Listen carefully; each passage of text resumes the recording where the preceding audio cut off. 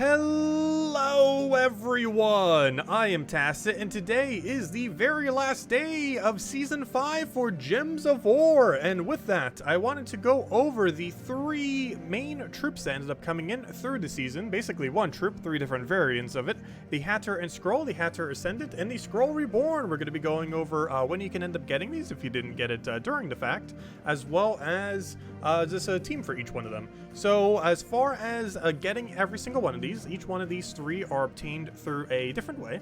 We'll start from the top with the mythic one, and of course the other two are the two boss related ones. If we go over to campaign, of course the main way that it ended up coming into the game is via the pass, either the $10 or $25 one if you've completed every single task and finish that out by the end of today. Of course you end up getting Hatir and Skroll. As far as getting this free to play, if you didn't end up doing this, you basically will end up getting it through one of two different ways. The next time a Magrim Woods event is around, it will be in the event key drop table. It isn't currently for this Magrim's Wood event, but every future Magrim Woods event here forth will end up having it in the event key drop table, so you can end up getting it that way. Alternatively, you would basically get it in the same way as you always would, via Soulforge, in which case you would get it for 4,000 diamonds whenever it rotates within one of the four mythics. While we are here, of course, this is where you end up getting the other two. Hatir Ascendant is specifically gotten off of the moon. The moon is gotten off of this current season pass. If you did not get it off the season pass, you will have to wait about 4 to 6 weeks or so when the moon is added to the drop table. It is currently not in the Vault Key drop table. Also, the Vault event that we're going to be having next on the 13th also likely does not have the moon in the drop table, so do be wary of that. However, 2 Vault events from now it would, and about 4 to 6 weeks from now it would. So if you save your keys until then, you will be able to go and get the moon from the random drop table. Do keep in mind though, it is exceedingly rare. As far as the other one, for the Skroll Reborn, which oddly enough is the stronger one of these two, and is also cheaper. These do not require 4 power orbs like many other past Doom troops do, where they end up requiring 8 power orbs, I mean. However, they require 8 major blues or 8 major oranges, making this the actually cheapest mythic in the entire game, or boss rarity troop, the Skroll Reborn, which only requires the sun, 50,000 souls, and 8 major oranges. As far as getting the sun, this actually is in the Vault Key drop table right now, so you can actually get it right now. If you just open a bunch of Vault Keys, you might want to wait until a later time so you can also get the moon. However, if you do open any Vault Keys now, every single one does have the chance of getting the moon. As you can see there, we've actually gotten 3, or 2 of them as drops. One of them was from the campaign. So yeah, it's definitely there and still possible. But if you wanted to try getting both, you might want to wait until the moon comes around several weeks from now. Anyways, with that out of the way, let's go and actually start using them. We'll start from the bottom. Of course, we already covered a video the other week going over specifically Hatir and Skroll.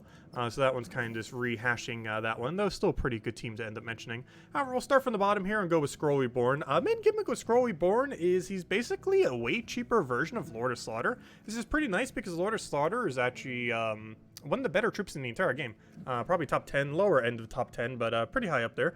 It ends up creating 5 yellow gems and converts all yellows into Doom Skulls, and then summons 1 to 3 wards. Main benefits that it has is impervious, and that's pretty much it. Every single one of these has a pretty horrible final trait that might as well not even exist, but the impervious, of course, does come into play. Do be mindful, all of them do share the exact same mana color, so you're generally not going to be using these on the same team either.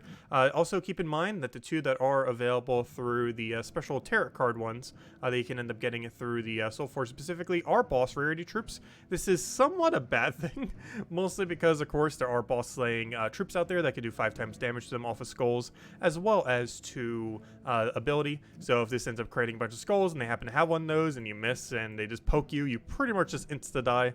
So do be wary of that when utilizing it. However, yeah, it's pretty much just a cheaper version of Lord of Slaughter. It's even 3 lower mana costs too, which is kind of nice, though it does create 1 less gem and doesn't really have a proper side effect as far as the follow-up. It also has weaker traits than what Lord of Slaughter does. So overall, Lord of Slaughter is still the better option between the two. However, they also work pretty well together. We actually have the Archdiva here. This is a really good synergy for Lord of Slaughter. However, synergizes very similarly with the Skroll Reborn as well. So right off the bat, we kind of just want to get mana. Oddly enough, the main thing we want to get mana for is our Angry Mob, because it basically gets used as a Thrall. I forgot to take yellow there. Oh no! But should be fine. Just need to get our mana flowing. It's going to get a little bit of value here. Looks like he's going to go a little Yagwe Queen of Tanya crazy. which is not good, but he left us quite a bit of mana left over. The only real big issue here is we are frozen on part of that. However, having Impervious and a bunch of Blesses coming into play a little bit here. So, of course, we can do the yellow to Doomskull Convert. One nice thing about having Impervious is, well, they can't end up freezing or entangling us or anything like that, so pretty convenient there. Unfortunately, we cannot take this for an extra turn, so I will simply take it for the Skull Poke there. Looks like he's about to get another Yogway. We'll probably just take another red in order to make sure that doesn't do as much. Also, lycanthropy gems, final day we have to deal with these things. They will no longer fall from the sky anymore after tomorrow. Or after today, I should say, once it is tomorrow. So that's going to be pretty nice once we finally never have to deal with those. Or at least for quite some time. Anyways, we'll go for this again. Obviously, you don't directly need alignment in order to use it. You can just hope that it ends up gaining alignment from whatever you do on the board, in which case we kind of did there. Oh no! The freeze did end up getting us there. Very unfortunate he stayed frozen the entire time. Kind of made this team a little bit weirder. However, we just kind of keep poking. Of course, we still have Lord of Slaughter, so we just keep getting the pokes. Basically have a double dip there with two troops doing essentially the exact same thing, just a different convert. Ends up working out pretty nicely. Don't even think we needed really the Archdiva there. It just kind of gives mana. But there we go. Ends up working out pretty nicely. And as far as the two that are available as boss, definitely the better variant. The other one's not horrible though. Actually has pretty interesting synergy with Crimson Agent. So Crimson Agent, really interesting final glory troop that we end up getting during the season, ends up destroying all lycanthropy gems and then creates 8 red gems, boosted by the gems destroyed of lycanthropy. So this, in normal circumstances, doesn't really seem too good. Like, what, you'll have maybe like 1 to a few lycanthropy gems onto the board. However, when you do a big convert and get a bunch of lycanthropy gems on the board, as far as what this troop does, it converts 6 green gems, or creates 6 green gems, then converts all of them into lycanthropy, which is kind of funny because this is basically what the green slime does, except it's lycanthropy and it's like 24 mana cost instead of 11. However, it has a very similar premise. I believe green slime creates like, what, 4 or 5 green and then converts them all to purple. This creates 6 green and converts them all to lycanthropy. The main difference, though, the green slime does not feed mana into itself. Hatir Ascendant does. Lycanthropy gems count as purple, and purple is the mana that it uses. And of course, it does have Impervious as well, so it has immune to freeze and all that other stuff. But basically, Crimson Agent gets that good synergy, creates a billion reds. We get Queen Titania going. We have everything else doing its mana, and we're pretty much good to go. He has even more synergy there by having a half mana start as well as having a fire link. So overall, not too bad. Takes a little bit to get it going. It's not like an infinite loop, but it can get some pretty good value in there. So right off the bat, we do want to make sure we get this cast off. We'll have a little bit of a slow start, which might actually make for a little bit of a bad time here because he has a lot of insta-kill, and he is about to go crazy with Thrall, and there's a good chance there's nothing we can do about it, and he's just going to get the Iron Gut. If we get super lucky here, he will end up Iron Gutting the thing that has Impervious on it because AI is wonderful that way. Unfortunately, that is not exactly what he did right there, which just got rid of our best option, so we are going to have to retreat here and try again. Let's see. If it could beat life and death, it could be anything. That's generally a good test. It looks like we're entangled right off the bat. Luckily, it's not a freeze, so should be okay. Biggest issue is just getting that initial mana. Unlike the other team that we had, the Angry Mob, this one does not really have a proper way of getting the mana started initially, so there is a little bit of a problem with it. It's definitely the weakest of the three, between the three of them. I honestly wouldn't even really advise getting this unless you need it for kingdom upgrades.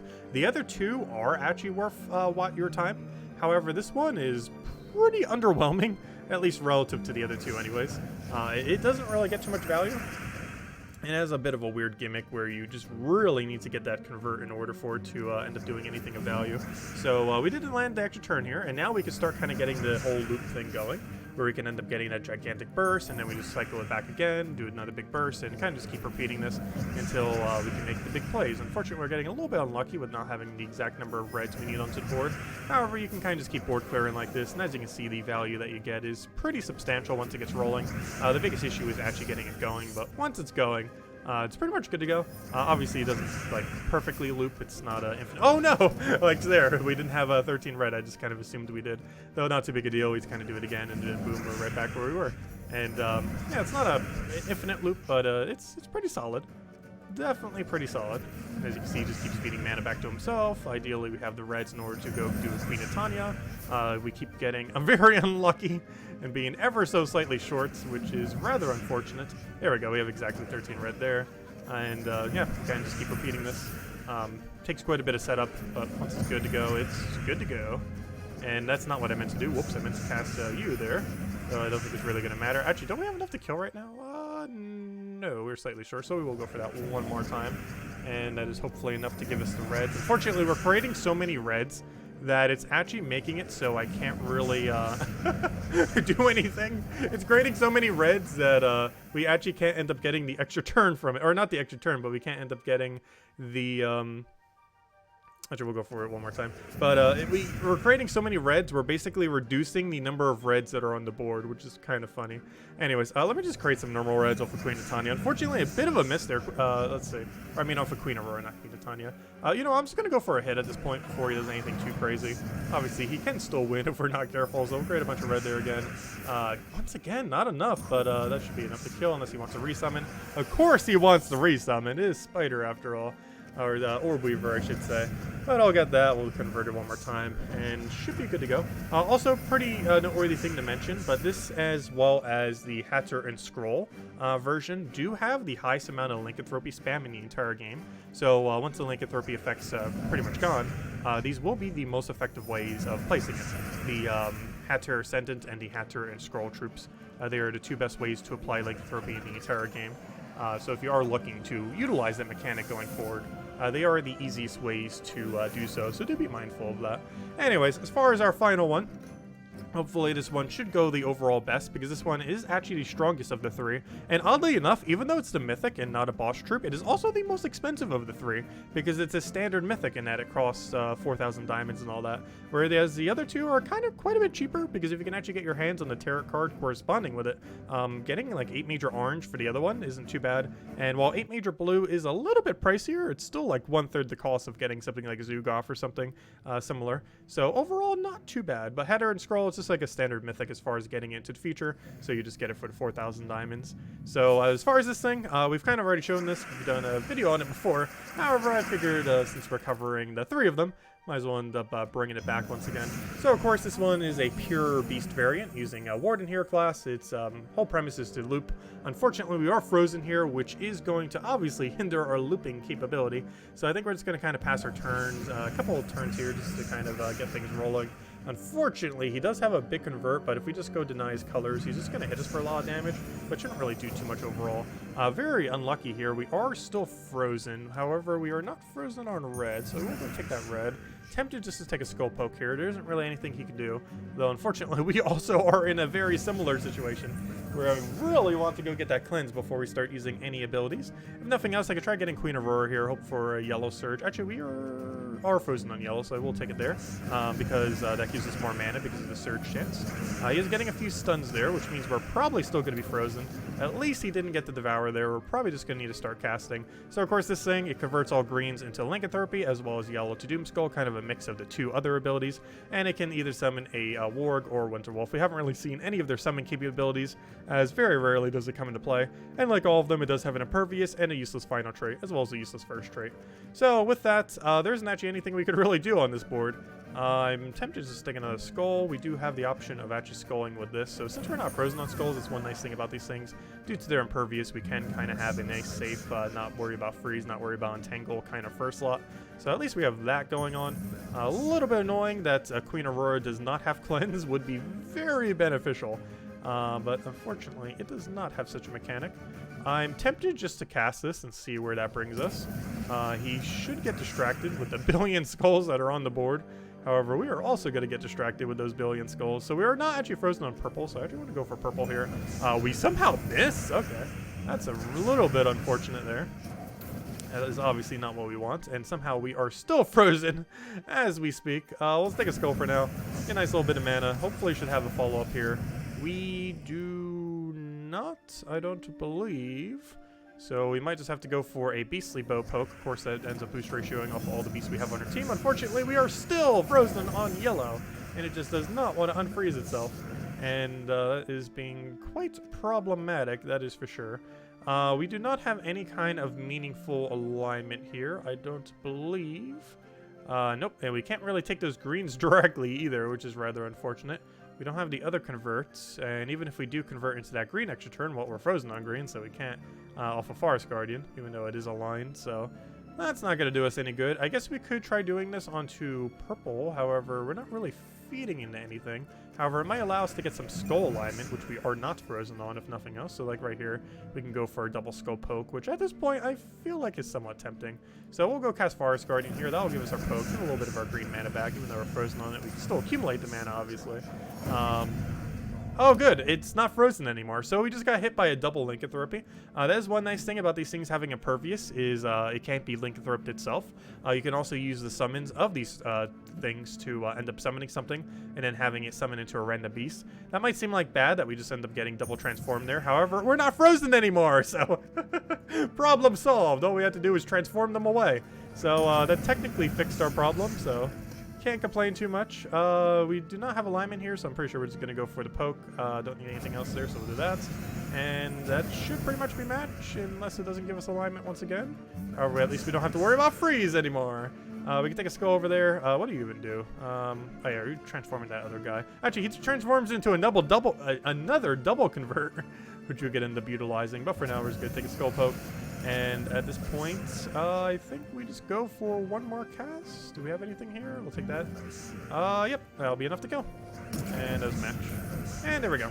So those are the 3 new troops. As far as their usability, I would oddly enough say that the absolute cheapest one is the most viable of the 3. It is the Skroll Reborn. It is basically a S-tier troop, Lord of Slaughter.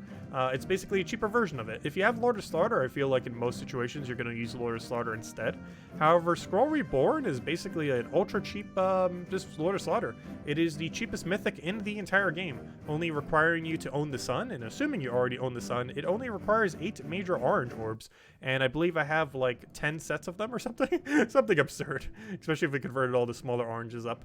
So yeah, it's definitely not something you're normally lacking on, because obviously the drop rates give you the most green, the second most orange, and the absolute least of the blues. So it's normally the blues that are, of course, bottlenecking you, and more often than not. So you tend to have a lot of spare oranges, and Hatir, or Skroll Reborn, I mean, only requires 8 of them. So 8 major oranges. So really nice, definitely worth picking up. It's in the vault drop table right now, so even if you are playing 100% free to play, it is actually the only one of these 3 that if you're playing 100% free to play is available. So yeah, definitely make sure to pick up this thing. And definitely pretty viable. Obviously, you can end up doing it with other mana accumulation builds. You don't necessarily have to do it with a bunch of other hefty drops right there as far as like mythics and stuff. But you basically just use it like a Lord of Slaughter that just happens to have impervious instead of its other traits. So overall, pretty good value. And definitely the highest priority of the 3 if you're looking to get any of them into the future if you don't already have them. But anyways, guys, I'll wrap it up for this video. If you still have any other questions, feel free to leave it in the comment section below. Thank you all so much for watching, and have a wonderful day. Goodbye, everyone. And see you in Season 6 of Gems of War.